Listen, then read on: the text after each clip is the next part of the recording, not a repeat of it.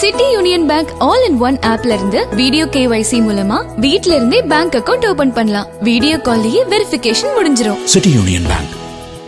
திருவண்ணாமலை கோவிலில் நீதிமன்ற உத்தரவுகளையும் மீறி கட்டுமான பணிகளை அறநிலையத்துறை மேற்கொண்டு வருவதாக ஆலய பாதுகாப்பு குழுவின் தலைவர் TR ரமேஷ் குற்றம் சாட்டியுள்ளார்.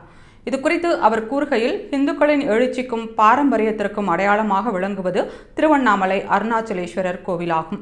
பல படையெடுப்புகளுக்கு பிறகும் அந்த கோவில் கம்பீரத்துடன் காட்சியளிக்கிறது. கோவில்களில் கணக்கு வழக்கு பார்ப்பதற்காக உருவாக்கப்பட்ட அறநிலையத்துறை 1951 டிசம்பர் 13 முதல் அருணாச்சலேஸ்வரர் கோவிலை சட்டவிரோதமாக கட்டுப்பாட்டில் வைத்துள்ளது.